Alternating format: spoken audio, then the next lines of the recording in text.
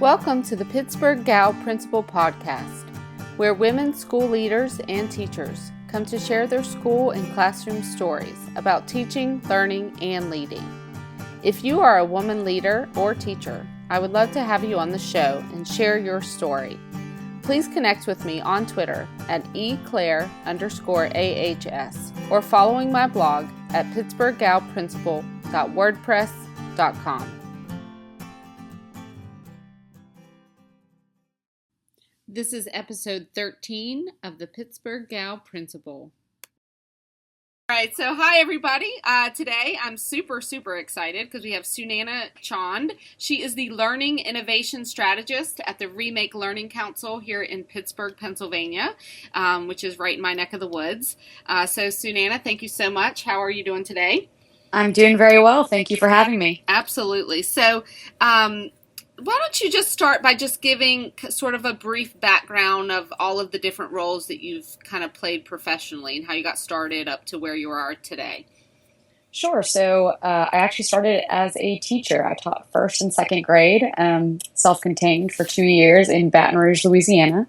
And I use technology a lot to help engage my kids in the learning process. And I found that, their eyes lit up and they were really excited to use technology, but also that I could differentiate my instruction and give my kids what they needed, and also use my time efficiently, which is always great as a teacher, with the help of technology. So I got really interested in that. And after that, I ended up actually working for the mayor's office in Baton Rouge, Louisiana, coordinating actually public health activities in the region. And so I led a network of about 86 different public health institutions, competing hospitals, insurance companies, nonprofits who needed to work together and focus on common health goals in the city. So I did that for a while. It was a great job, but I really kind of realized that I wanted to get back into education, and that was where my passion was. And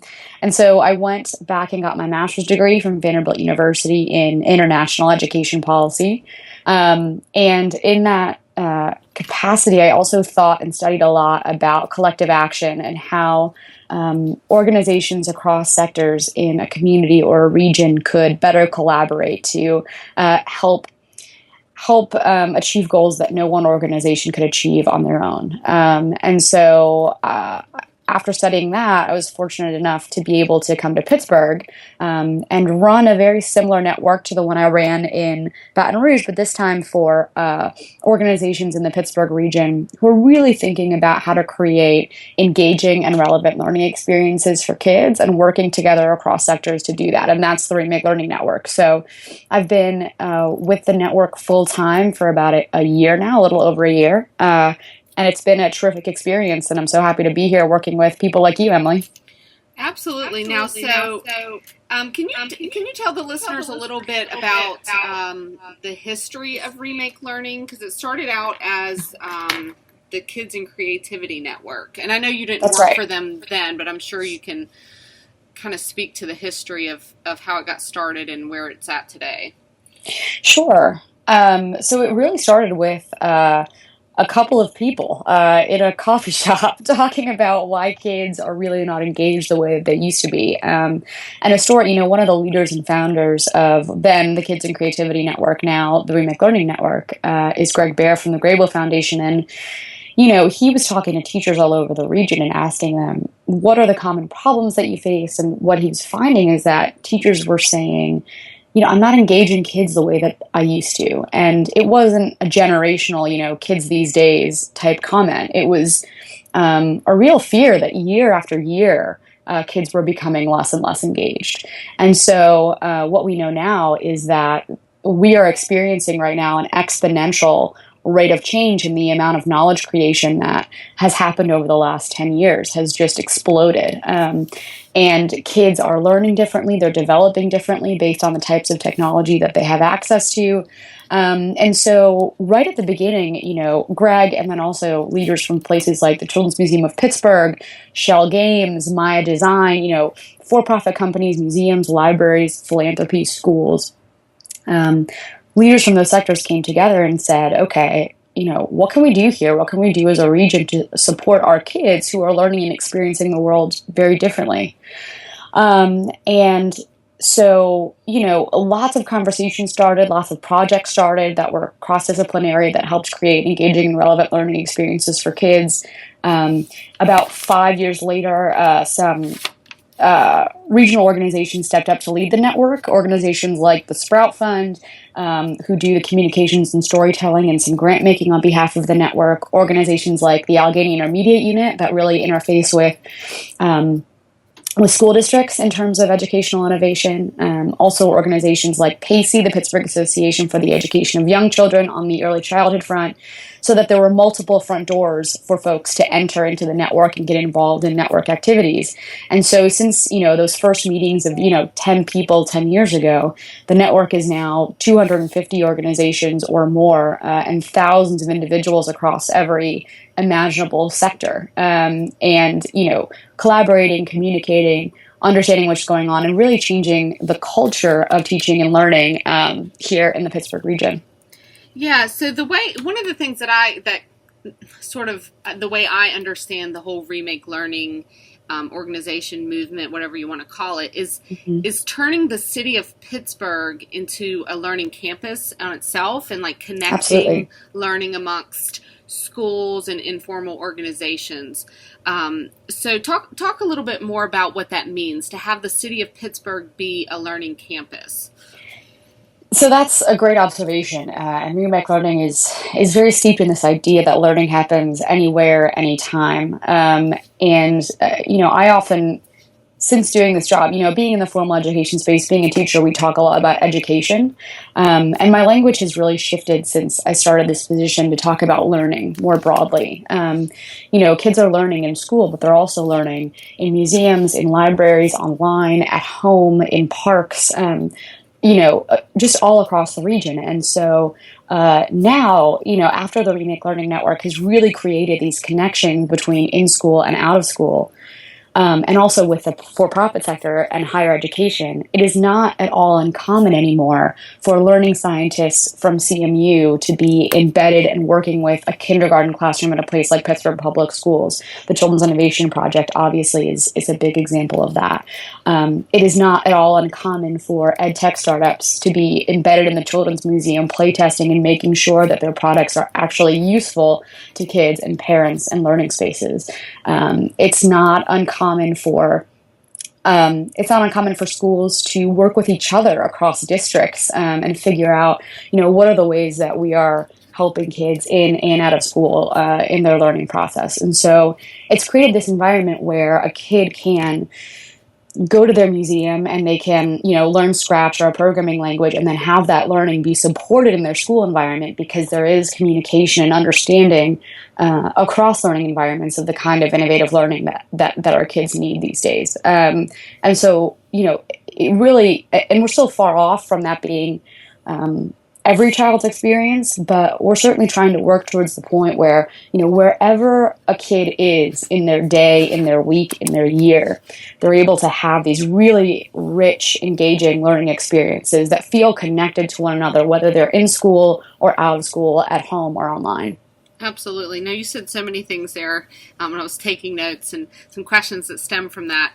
And so you started with this whole idea that learning happens everywhere and not just in schools. So what are some of the things that the Remake Learning organization or group of people are doing to help recognize the learning that happens outside of the traditional school walls? Yeah, that's a great question. And it's something that we struggle with a lot, right?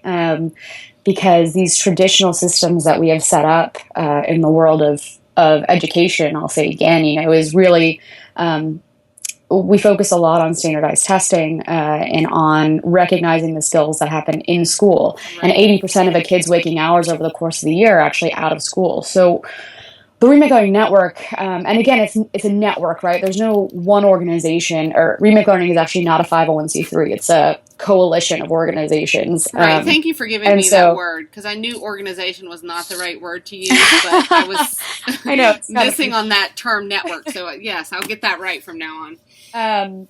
So, we've been thinking a lot about that question, and the solution is not we're not at the solution yet. But we've been trying out different things throughout the network to try and figure out how to recognize skills, abilities, competencies that kids are learning out of school in different environments. So, for instance, LRNG is obviously a really great way to think about this, which is a digital badging platform. And actually, the platform used to be called City of Learning, and Pittsburgh's been a part of that since the beginning to try and figure out, how can we, again, in school, out of school, create badges that show the skills, knowledge, and dispositions that kids are learning. In summer is usually when it's most visible, but also throughout the year. And thousands of badges have been earned by kids all across the region over the past 3 years, and continue to be earned. We're also thinking very strategically as well about digital portfolios and how kids are creating digital portfolios. What is actually the content of those portfolios? How do we know that content is quality? And then what are employers and higher education institutions looking for? And that's really the key that we're trying to uncover now is, having digital badges and the availability of kind of being able to show your work through digital badges is important. But it's also important to figure out the value of that currency is what I always say. How are those digital badges being recognized not only by formal education institutions, but also by higher education, and by that I mean high schools and things like that, but also by higher education and by potential employers. And so those are the kinds of conversations that no one organization can solve or can have. And that's the strength of the Remake Learning Network, is that we can bring together multiple school districts, multiple higher education institutions, multiple representatives from industry and say, okay, let's all figure this out together so that we can make sure that students that might not be getting A's in school and might not have the best GPAs, but are, advanced programmers and coders, can still get the jobs and the higher education experience they need in order to succeed in life. Absolutely. Quite a few kids come to mind when I think of what you just described there. Students who aren't successful, and I use that word kind of loosely, in the traditional setting, but they do have real gifts, for different things. Do you see a time in the near future where, schools in general are accepting digital badges as, a valuable thing in terms of, like, what I mean by that is like a student, so a student, shows that they've mastered a particular skill or even a particular set of knowledge. And, a school setting will say, okay, well, why do you have to sit through this lesson or even this course? Because you already have that skill or you already have that knowledge that you need. So one of the things that I work on at the council level is policy. And I think a lot of those larger types of shifts and the flexibility for schools to be able to do that, it needs to be allowed at the state policy level. And it actually is in other states. So in Ohio, our neighbors in Ohio have instituted something called Credit Flex. And it's the ability for students in collaboration with their schools, their teachers, their parents, and their families to come together and actually decide a credit plan for them that replaces traditional credits in a school. So they might say, instead of taking this engineering course, I'm actually going to get an internship at GE, and that is going to cover my education credit. And we're all going to agree as a collective group of stakeholders in this child's life that this does actually qualify for a credit. And so schools like MC Squared in Cleveland sign those credit flex things all the time. And they're letting kids have these really experiential experiences that are not very non-traditional and allowing those to be counted as credit. Now, that policy is used by several schools in Ohio, but it's not used on a broad basis because Ohio has some of the policies that help create that innovative landscape. But what they don't have is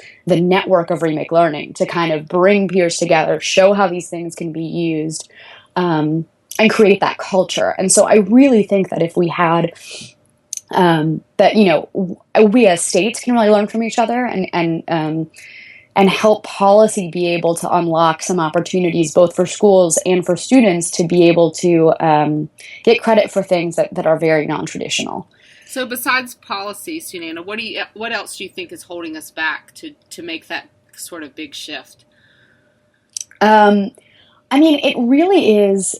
It's so interesting because so educators, what on the whole, I think educators love school, or else they wouldn't be doing this profession, right? They love education. They love their experiences in education, and we all have very similar experiences when we were growing up. I think, on the whole, when we walk into a school, even today, that school looks very similar to the school that we went to. And I think that brings in a sense of nostalgia, a sense of tradition, a sense of, speaking for myself, I really loved school. I had a great experience going to school, and I loved my educational experience. And it worked for me. You were probably good at it. Right, exactly. I was one of those students that was really good at it, right? And so I have to kind of break out of that mindset, because I know that only a small percentage of students actually enjoy and thrive in that environment. That the way that school has traditionally been built is increasingly less suited for students of today, and more students really need a different kind of instruction. And so I think it's really breaking out of, taking this institution that we all cherish so deeply. And I think we cherish not only personally, but as a community, as a nation, and saying, how might this need to fundamentally change? And that is a very difficult conversation, even for the most innovative minds, to think about. So again, it's this larger cultural shift that's much more difficult to quantify, that I think needs to happen. And I think Remake Learning is really cultivating that, at least regionally. And I think it's important to kind of continue to think about. And it doesn't need to look the same in every school district. It doesn't mean totally blowing up the systems that we have currently. There are ways to do this differently that work for different places. But it's really rethinking the way that school happens and the way that school is done. And that's a very difficult thing to do. Right, and also considering how the world has changed and how Absolutely. it will continue to change, just on a dramatic sort of level. I want to go back to the conversation about digital portfolios, because I'm really interested in that work, and transforming sort of assessment, particularly at the high school level. So, do you know of any examples that you could give of people or organizations or schools in general who are doing digital portfolios in a really good way? Or Yeah. So this work is really nascent in our region. And I think we'd have to turn again to national examples to really see how this is working. Yeah, we can talk about this too. Yeah, so I would point to folks like Maker Ed, who've really been trying to think about that in a strategic way, and think about, why is it important to document kids learning, and that's really the base of it. So folks like Harvard, Project Zero, and Maker Ed have been thinking very deeply for a long time about how do we make student learning more visible, and make student progress more visible, rather than saying, this one summative assessment is going to display what students know. I think that both of those organizations have been for a long time thinking about how we get a more holistic picture of a child through portfolio work. I think the piece we're trying to figure out in Pittsburgh is, how do we take that next step and say, what are higher education institutions and industry looking for, and how do we make sure that the learning that is visible is then curated in such a way that it makes it easier to gain employment or to gain access to those higher education opportunities. Now, there's something called I think it's the National Coalition for College Affordability and Access, but it's this coalition, including University of Pittsburgh, but I think about 130 other universities that have made it one of their recent priorities to think about digital portfolios and portfolios in general, and how those could be used in admissions processes at some of our most well-known institutions across the country. So you're also seeing this kind of national trend to say, what are the ways in which we can gain a more holistic picture of a student, and portfolios have been raised up as that potential solution. Now, portfolios have been around for a long time in a lot of different in a lot of different industries. And so, I think there's also a fatigue around that word, and teachers are, saying, oh, we tried this 10 years ago and it just didn't go anywhere. It wasn't useful for our students. But I think it's important to remember, again, just the incredible exponential pace of technology change, and understanding that we have so many more ways now to display student work. And, Sure. and it might take rethinking what portfolios are, maybe even takes changing the word, I don't know, to get people to try and use it again. But I think it's worth revisiting in 2016, even if it was tried, 10 or 15 years ago as well. Absolutely. Now, Sunanna, I just saw you. Was that yesterday? I think it was yesterday. That's right. At the Digital Learning Meetup. And so there's all these different meetups that happen throughout the course of the year. Can you talk a little bit about those and the purpose of them?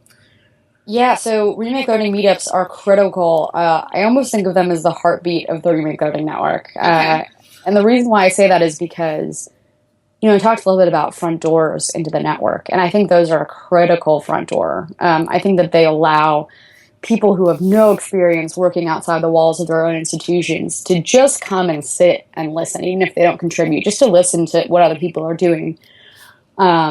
And to make those very first connections. So often what you'll find is at those meetups, it's a lot of people who've never had an interaction with Remake Learning before, at least not in a robust way. And so I think that those meetups are really important in just that face-to-face contact is an incredible piece of Remake Learning. It's also a big asset to having a regional network instead of a more national network, because you really do have the opportunity to just sit down and have a conversation, and that's certainly important. Sure. What all are all the different meetups that happen, or what are just a few of them? Yeah, you're putting me on the spot here. I think so. Digital learning is definitely one of them. Early childhood is another one. Right. STEAM, Maker. I think there's one more that I can't remember. And then there's also, in addition to those meetups, there are Lunch and Learn series, where it's less thematic, but we bring kind of innovators from the network in, and invite folks to come have lunch and learn from those really. So there's actually one coming up next week on parental involvement, as it relates to, innovative education, and getting parents involved in, and again, that culture and mindset shift in terms of, what school is and could be. And so, again, it just is a really robust, and, casual, no high stakes learning process. Right. People across any sector. Absolutely. So you've already talked a little bit about this and shared a couple of things, but talk a little bit more about some of the successful projects that you've seen happen here in the Pittsburgh region because of the Remake Learning Network. Yeah, so if you want to see a full list, or your listeners want to see a more robust list, they can go to remakelearning.org/playbook and look at some of the case studies that are in that playbook. There are videos. It's really interactive. But that'll give a more robust sense of, again, across every sector, kind of what Remake Learning has started. I would say one of the great successes has been, and I mentioned this earlier, so I'll talk about it again, but the Children's Innovation Project, which was a kindergarten teacher at a Pittsburgh public school on the north side neighborhood of Pittsburgh, and a learning scientist from CMU, and they really came together to think about, how do we use technology as a raw material? How do we use technology, not for technology's sake, but to truly teach innovation, and not just to innovate for innovation's sake. And so that project started where, they built kind of custom circuitry blocks, simple circuitry blocks that, again, kindergartners are using. I actually have used it with my 3-year-old niece, and just giving our youngest kids the opportunity to experiment, to try, to fail in ways that are productive, to work together as teams. I mean, it just, the tools that they developed really allowed for a wide range of skills to be developed in our youngest learners. And that program then started scaling up. So now I think they have opportunities K through 6 that kind of build upon this learning to innovate strand in Pittsburgh Public Schools. And it's actually grown to more Pittsburgh Public Schools as well. And so, I mean, that's just one example of many projects that have come out of the Remake Learning Network that are direct results of basically just people colliding who never would have met each other before. And I think that is a really important piece of the network, that innovation really happens through novel collaboration. Right. And just sort of getting off your island a little bit. Yep, absolutely. I love that idea of just happens sort of organically when you collide with other people. And, just even yesterday at the digital learning meetup, you just hear something that somebody else says that they're doing in their district or their school or their classroom. And you're like, oh, if I just tweak it like this for my own, space or organization, it could be something, really cool. And you can learn from so many other people. One of the things that I thought was pretty amazing about that playbook, the Remake Learning playbook that you mentioned earlier, was the template at the back for other regions to kind of begin the work that Pittsburgh has done. I thought that was kind of just a great OER sort of approach. Like, here's what we've done. Please take it and do it in your region. So there's actually, if again, at that playbook website, if you navigate to something called the game plan, which is what that's called, you can actually enter in information wherever, no matter where you live, no matter what your position is in the ecosystem. If you're a superintendent, if you're a teacher, if you're an ed tech startup, if you work at a museum, if you're a teaching artist, you can basically plug that into an interactive dashboard, and it spits out information specifically related to your position in the network, in your place, and gives you information about, what are the possibilities for who you can connect to, and even who's a mentor in the Pittsburgh region that you might want to pick up the phone and call and ask about how this works and how they're involved in the network. And so for folks who are listening that might not be from this region, that would be a great resource for them. Absolutely. Wow. So we could talk all day about the Remake Learning Network. I mean, we really could. But I'm sure when people hear about it, they're going to be intrigued. They're going to want to know more. I know you mentioned the RemakeLearning.org website, which has a ton of information. Is there anywhere else that you would direct people to go to learn more? I think that's a great starting place. I would definitely sign up for the newsletter, which, again, there are lots of blog posts that have local and national significance around learning innovation, 21st century learning. And so I always suggest signing up for the newsletter is a great way to keep up to date with what's going on in Pittsburgh, but also across the country. Absolutely. And how can the listeners, Sunanna, how can they connect with you? Sure. So they can send me an email, Sunanna, that's SUNANNA @remakelearning.org. And I'm happy to connect with anybody who's interested to learn more about the Remake Learning Network. Awesome. Sunanna, thank you so much. Thank you, Emily. I can't wait to run into you again to collide and talk further, as I'm sure that will happen pretty soon. All right. I'm sure, too. I can't wait. All right. See you soon. Have a great day. Bye-bye. Thank you, everyone, for listening in on the PghGalPrincipal podcast. I am always excited to connect with women in education, learn how they are balancing work and home, as well as challenging the status quo about what it means to be a successful woman. My podcast is all about elevating the voices of women, so please share these stories with your friends and your colleagues. Find me on Twitter at @eclaire_ahs. I'm looking forward to hearing from you.